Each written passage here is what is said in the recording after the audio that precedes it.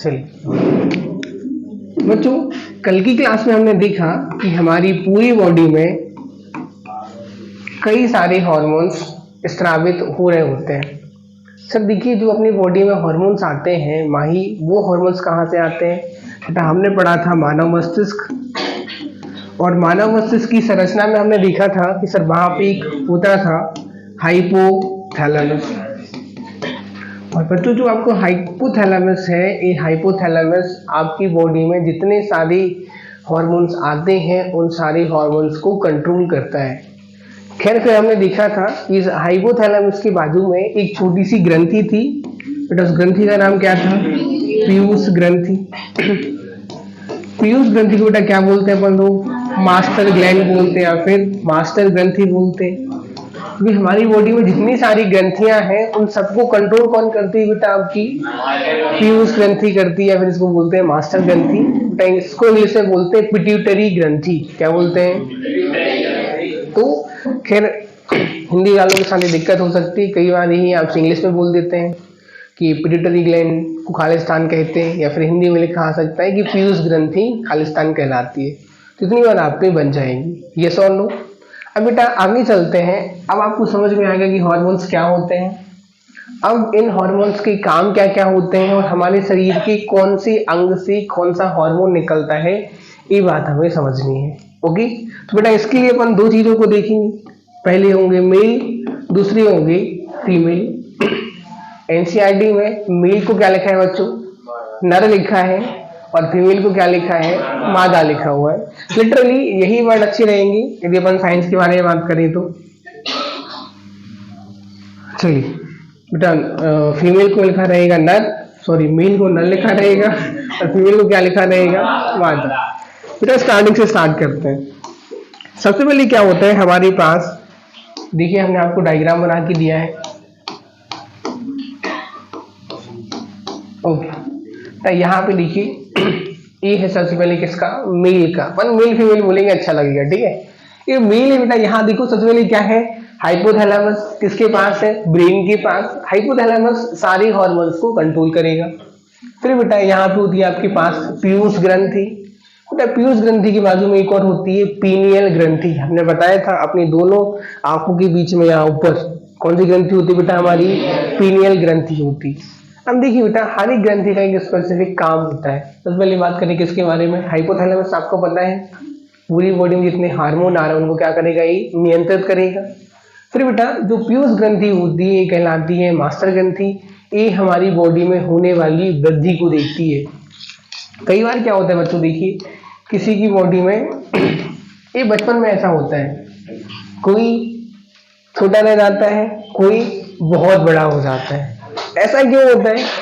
कि सर देखिए अपनी बॉडी में वृद्धि कराने के लिए कुछ हार्मोन्स आते हैं। जब एक छोटा सा बेबी बड़ा हो गया, बनने से डेवलप इंसान बन जाते हैं, एडल्ट बन जाते हैं, तो उस केस में क्या होता है? अपनी बॉडी में अलग अलग हार्मोन्स आ रहे होते हैं। अब यदि किसी की बॉडी में वो हार्मोन कम आए तो उसकी हाइट छोटी रह जाती है, बेचारे वो लोग ड्वार्फ रह जाते हैं, बौने रह जाते हैं। अब यदि किसी की बॉडी में बहुत ज्यादा वो हार्मोन्स आ गए तो उनकी हाइट बहुत ज्यादा बढ़ जाती है, तो वो लोग कहलाते हैं जाइंट्स। क्या कहलाते हैं? याद रखो बेटा, हिंदी में इसको बोलते हैं ड्वार्फ, इसको क्या बोलते हैं? जाइंट बोलते हैं इंग्लिश में। खैर आपको याद नहीं रखना कि क्या जाइंट होगा क्या ड्वार्फ होगा, लेकिन याद रखो जो अपनी बॉडी में वृद्धि कराने वाले हार्मोन्स होते हैं उनको कौन लेके आता है बेटा? उनको लेके आती है आपकी कौन सी ग्रंथि? पीयूष ग्रंथि। यही वो कारण है कि जो आपके पास पीयूष ग्रंथि होगी बेटा वो कौन सी होगी? मास्टर ग्रंथि होगी। क्या आपकी बात समझ में आई कि नहीं आई? आगे बढ़ते हैं। फिर अपन थोड़ा सा नीचे चलते हैं। ये लिखा है अबटू ग्रंथि। खैर हिंदी में इसका नाम थोड़ा सा अटपटा है, लेकिन यदि हम इंग्लिश में देखें बेटा तो इसका नाम होता है थायराइड ग्रंथि। क्या नाम होता है? बेटा एक काम कीजिए, आप लोग इस अपने असाइनमेंट में इसको लिखिए इंग्लिश में भी, इसका नाम थायराइड ग्रंथि।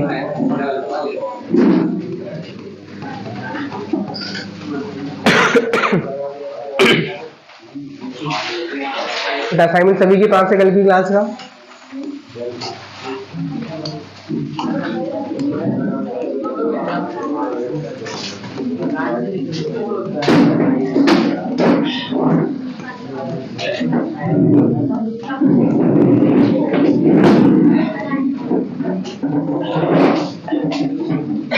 चलिए डन बच्चों। अब देखिए थायराइड ग्रंथि क्या करती है बेटा, अपनी बॉडी में क्या हो रही होती है, बहुत सारी केमिकल रिएक्शन हो रही होती है।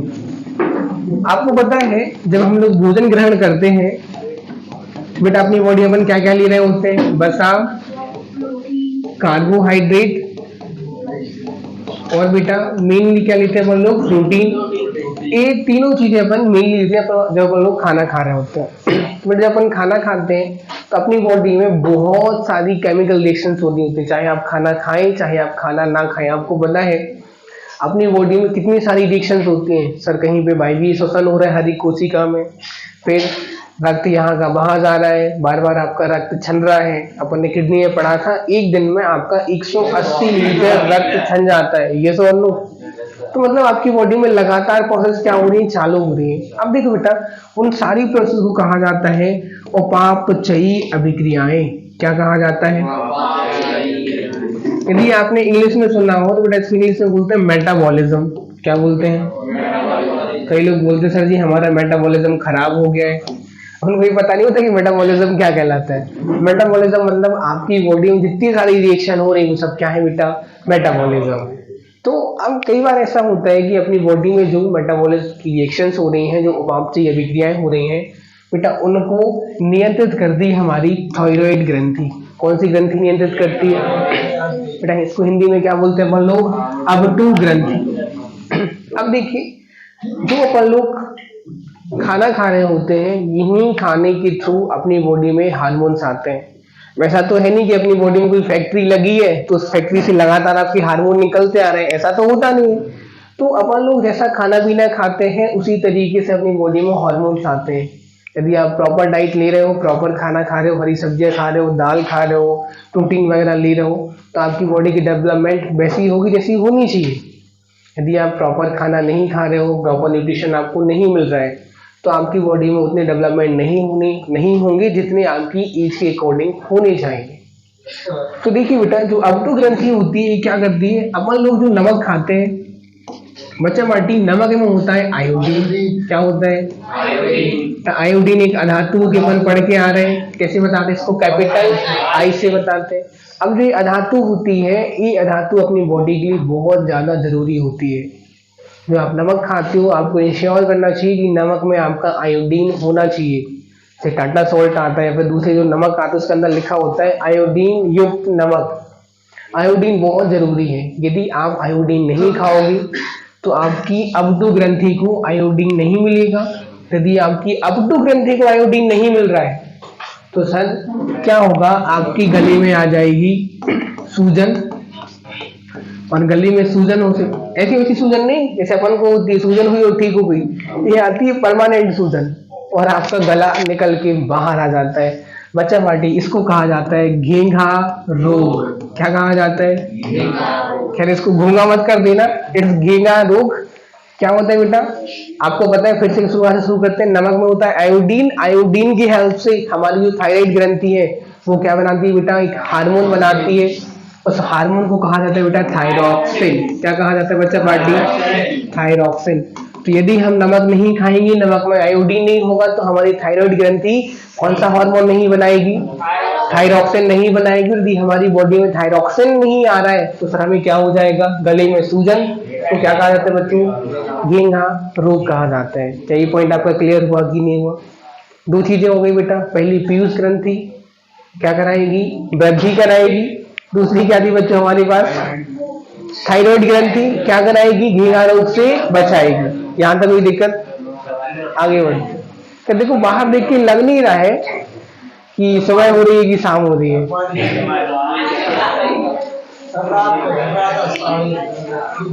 चलो चलो चलो चलो चलो बच्चा पार्टी, देन परावटु ग्रंथि और थाइमस ग्रंथि, इसके ज्यादा यूज अपने एनसीईआरटी में नहीं दिए हैं तो अपन आगे बढ़ते हैं। ठीक है, परावटु और थाइमस एनसीईआरटी में ज्यादा इसको नहीं दिया है तो अपन लोग आगे बढ़ते हैं। फिर बेटा अपन चलते हैं अपनी किडनी के पास। किडनी को हिंदी में क्या बोलते हैं, व्रत। बेटा अपनी किडनी के ऊपर छोटी छोटी सी दो ग्रंथियां होती हैं। ग्रंथि मतलब समझो छोटी छोटी सी दो थैली, तो देखो सबसे पहले अपनी बॉडी किससे मिलकर बनी है? कोशिका। बहुत सारी कोशिका मिलकर तो ऊतक बनते हैं। क्या बनते हैं? ऊतक। और बेटा जब आपकी बहुत सारी ऊतक इकट्ठे होते हैं तो क्या बनती है? ग्रंथि बनती है। ओके, अपनी दोनों आपको पता है किडनी कहाँ होती है? अपनी पेल्विक बोन के ऊपर। जो अपनी पेल्विक बोन्स होती हैं उनके ऊपर दो होते हैं, उनकी ऊंचाई होती है 6 सेंटीमीटर और चौड़ाई होती है 3 सेंटीमीटर। मतलब इतने इतने दो कैप्सूल होते हैं जो आपकी रक्त को लगातार छान रहे होते हैं। ओके बच्चा बड़ी, इसके ऊपर होती है आपकी अधिवृक्क ग्रंथि। क्या होती है बेटा? इसको अंग्रेजी में बोलते हैं एड्रीनल। नोट कीजिए बच्चों, क्या बोलेंगे? एड्रीनल ग्रंथि।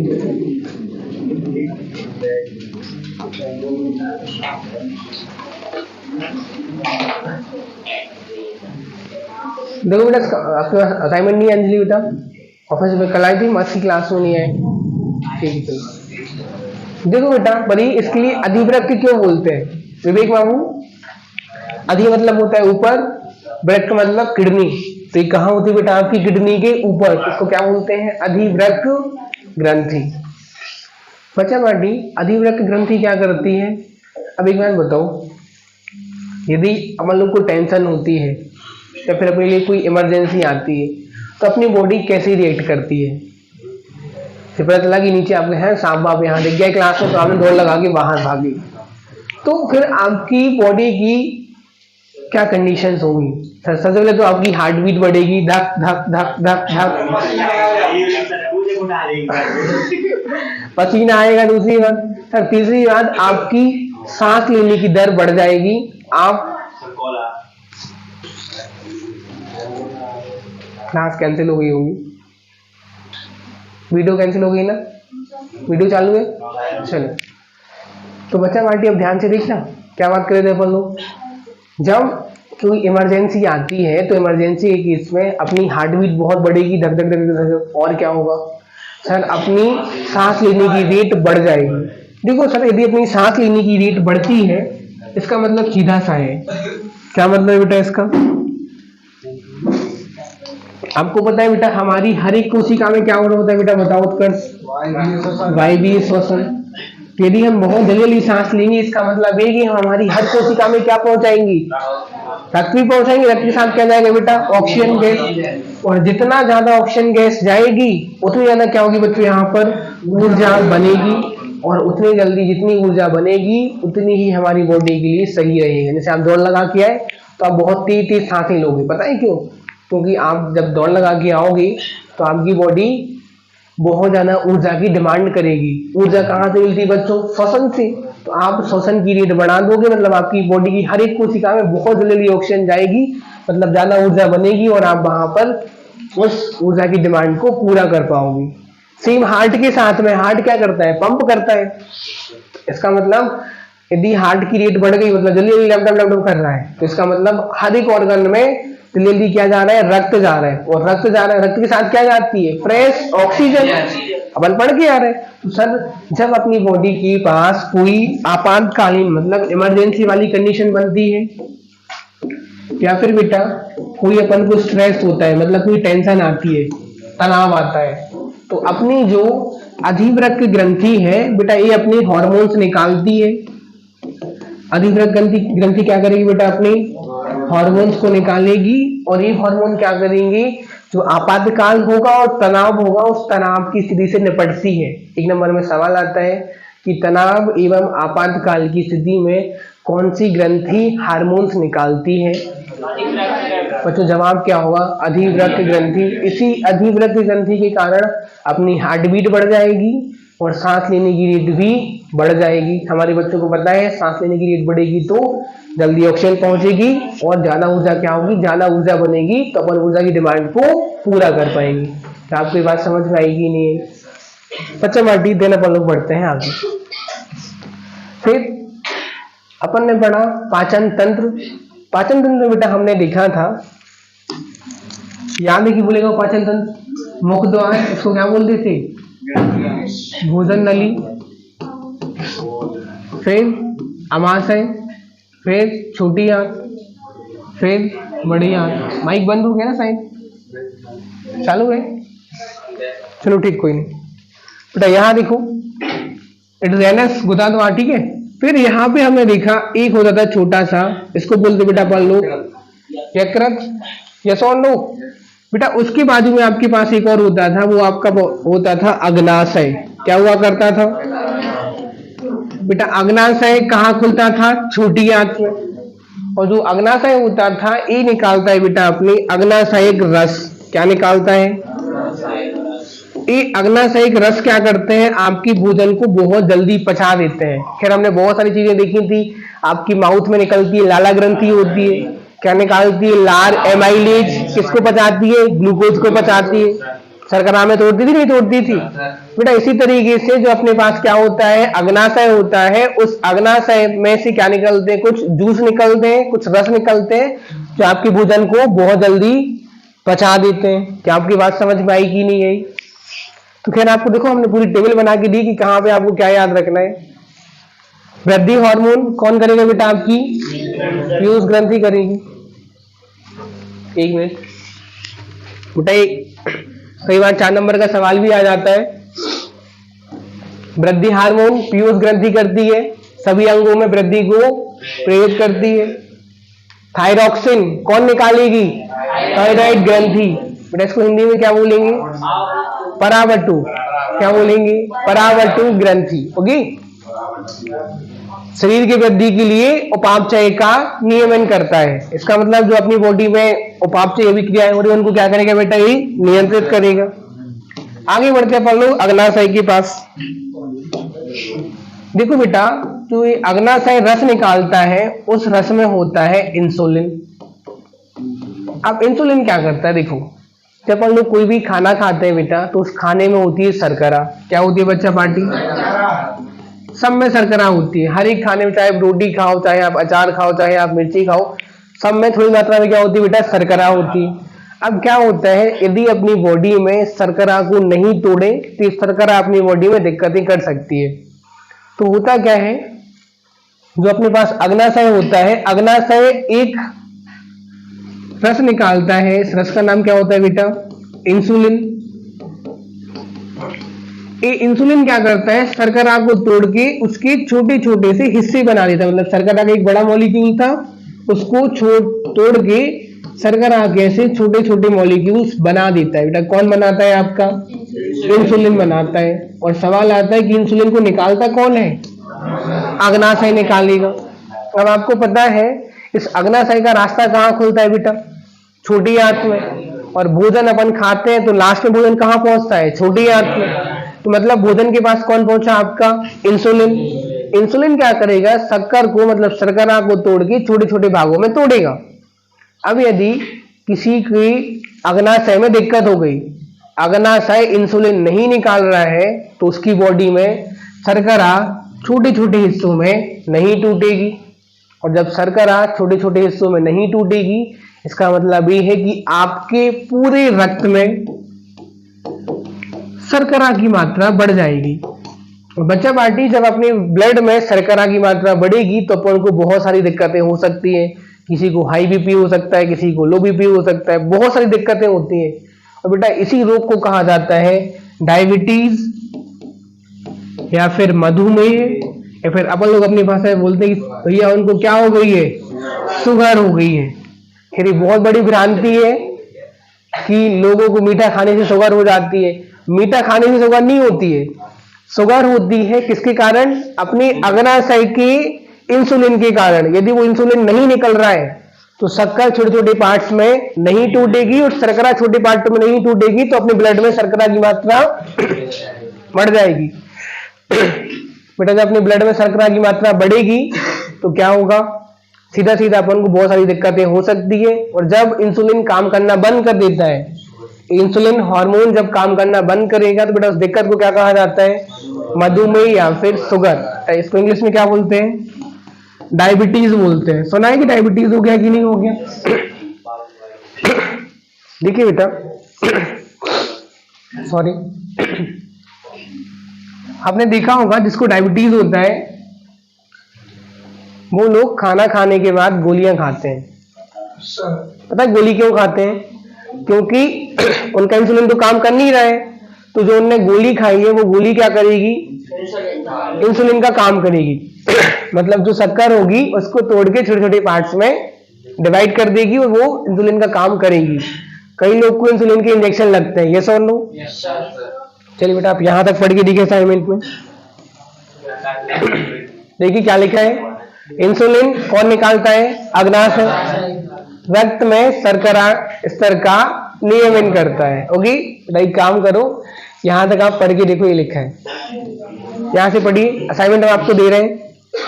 ओके आगे बढ़ते हैं बेटा। अधिवृक्क ग्रंथि अपन पढ़ चुके हैं, अपनी किडनी के ऊपर क्या होगी, छोटी छोटी दो ग्रंथियां, क्या कहेंगे बेटा इसको, अधिवृक्क ग्रंथि। सर ये निकालती, देखो बेटा इसको इंग्लिश में क्या बोलते हैं, एड्रिनल, क्या बोलते हैं बेटा, ये निकालती है एड्रेनलिन, क्या निकालती है, पढ़ के दिखाओ क्या लिखा है, अरे पढ़ो तो, एड्रेनलिन कौन निकालेगा, एड्रिनल ग्रंथि, यस और नो? आपको पता है जब तनाव होगा या फिर आपातकाल आएगा, मतलब कोई इमरजेंसी होगी, कौन काम करेगा बेटा, आपकी एड्रिनल ग्रंथि। क्या लिखा है, तनाव एवं आपातकाल में सक्रिय रहता है। बच्चों लास्ट,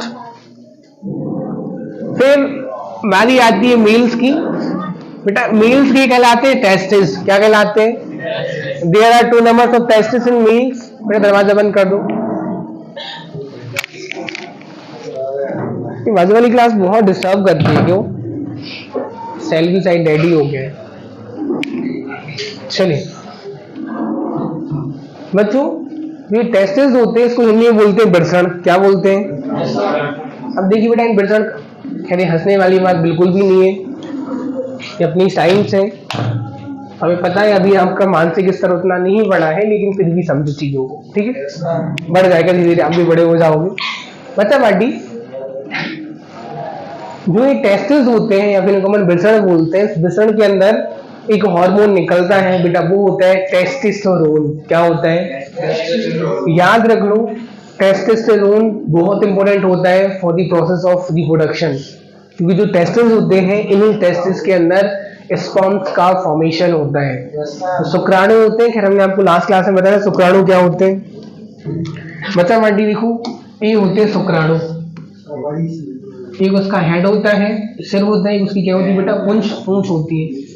तो जो शुक्राणु का निर्माण होता है, एक नंबर में सवाल भी आता है, शुक्राणु का निर्माण नर में कहां पर होता है, जवाब क्या होगा आपका, वृषण या फिर टेस्टिस, यस और नो।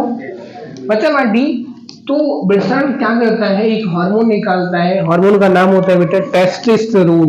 क्या होगा, लिख के देखो, टेस्टोस्टेरोन। ओके, खैर आपके पास असाइनमेंट में लिखा हुआ है, ध्यान तक भी दिक्कत बेटा। सीन बेटा, फीमेल्स में क्या होता है, फीमेल्स में होता है अंडाशय। क्या होता है बेटा, अंडाशय। और जो ये अंडाशय होता है, ये अंडाशय निकालता है एक दूसरा हार्मोन बेटा, उसको कहा जाता है एस्ट्रोजन। क्या कहा जाता है बच्चा पार्टी, एस्ट्रोजन। अब देखो एस्ट्रोजन हो गया फीमेल्स में, मेल्स में क्या हो गया बच्चा पार्टी, टेस्टोस्टेरोन।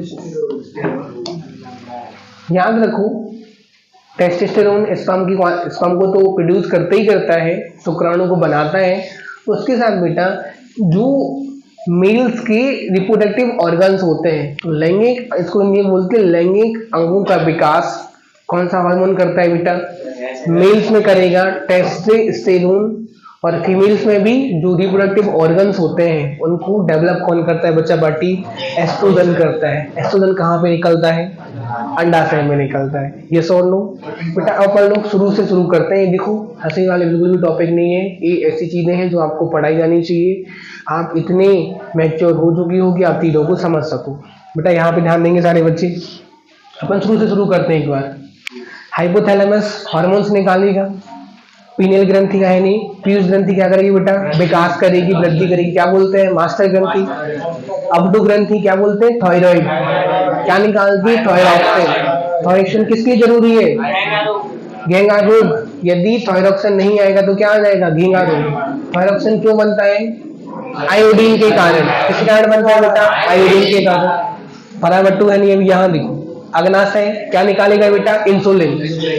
इंसुलिन क्या करेगा, शक्कर को तोड़ेगा, नहीं टूट वाली शक्कर तो क्या हो जाएगी, शुगर, मधुमेह या फिर डायबिटीज। अधिवृक्क ग्रंथि किसके ऊपर होगी, किडनी के ऊपर, क्या करेगी, कौन सा हार्मोन निकालेगी, एड्रिनलिन।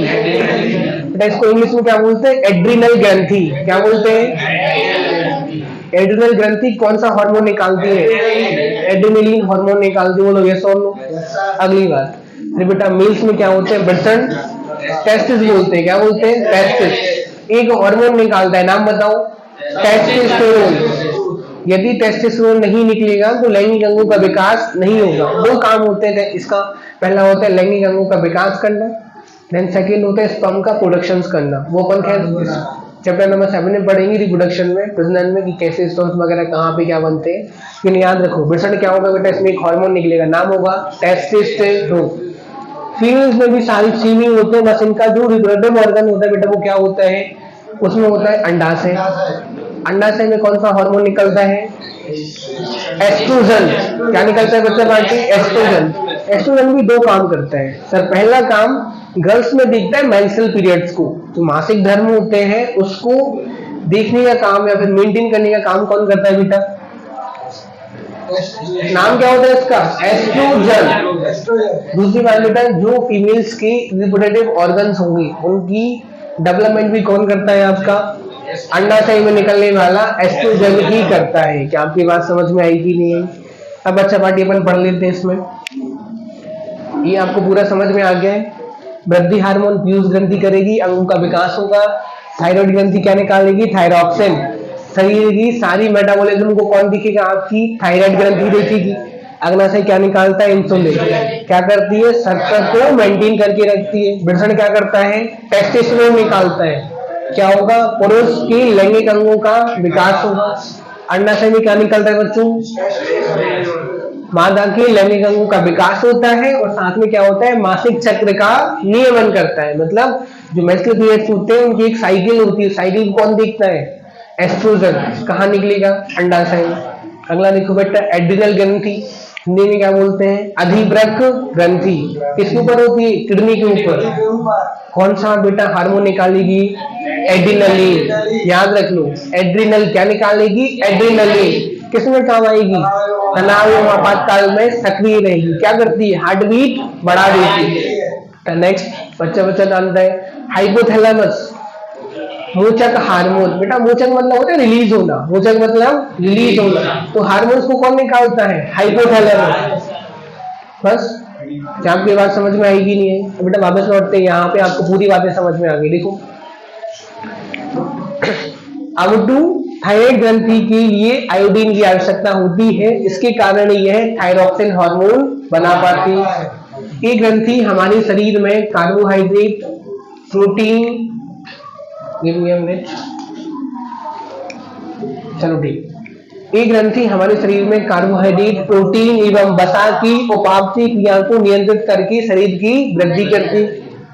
हमारे शरीर में आयोडीन की कमी के कारण गले में सूजन, घेंगा रोग हो जाता है। बड़े इंग्लिश में बोलते हैं ग्वाइटर। क्या बोलते हैं, आगे शरीर में वृद्धि के लिए जिम्मेदार हार्मोन को पीयूष ग्रंथि स्रावित करती है। इसी कारण कई बार कुछ लोग ऊंचाई में बहुत छोटे रह जाते हैं, अगर कई लोग ऊंचाई में अप्रत्याशित रूप से बढ़ जाते हैं। किसके कारण, पीयूष ग्रंथि के हार्मोन्स के कारण। कम हो गया तो छोटा रह गया और ज्यादा बढ़ गया तो जाइंट हो गए। यस और नो। एक मार्केट में हमें एक लड़का मिला, उसकी हाइट अबाउट होगी 7 फीट, हमारी होगी 5'10", 5'11" के आसपास। वो 7 फीट का। हमने उससे ऐसे मजाक के पूछा, क्यों दरवाजे कितने फीट का है? अरे बोले दरवाजे तो 6 फीट का है, बशर्ते हमें झुक के निकलना पड़ता है। अब लौटते हैं बेटा, बाल्यावस्था में पीयूष ग्रंथि के द्वारा स्रावित हार्मोन की कमी के कारण बच्चे बौने रह जाते हैं, अथवा जिनमें हार्मोन अत्यधिक मात्रा में स्रावित होता है वे अत्यधिक ऊंचे हो जाते हैं। नेक्स्ट बेटा, यौवन अवस्था मतलब जब आप एडल्ट हो रहे होते हो। यौवन अवस्था के समय नर में वृषण के द्वारा टेस्टोस्टेरोन का स्रावन होता है, जो नर के लैंगिक अंगों का विकास करता है। दूसरा, ऐसे ही यौवन अवस्था के समय मादा की अंडाशय के द्वारा एस्ट्रोजन का स्रावन होता है। जो मादा की लैंगिक अंगों का विकास करता है, साथ में मासिक चक्र का नियमन भी करेगा। नेक्स्ट बेटा, अग्नाशय के द्वारा स्रावित होने वाला इंसुलिन शरीर में शर्करा की मात्रा को नियंत्रित रखता है। यदि इसका स्रावण बंद हो जाए तो संबंधित व्यक्ति मधुमेह डायबिटीज से पीड़ित हो जाता है। इसमें शरीर में शर्करा की मात्रा अनियंत्रित हो जाती है। नेक्स्ट, वृक्क की ऊपर स्थित एड्रिनल ग्रंथि शरीर में तनाव एवं आपातकाल से निपटने के लिए हार्मोन्स को स्रावित करती है। नाम बताओ क्या होगा? एड्रिनलिन। नेक्स्ट, मानव मस्तिष्क में उपस्थित हाइपोथैलेमस शरीर में स्रावित होने वाले विभिन्न हार्मोन को समन्वयित एवं नियंत्रित करता है। समझ में आया कि नहीं आया? यहाँ पे बेटा एक टॉपिक हो गया खत्म, बस हमें करने क्वेश्चन आंसर।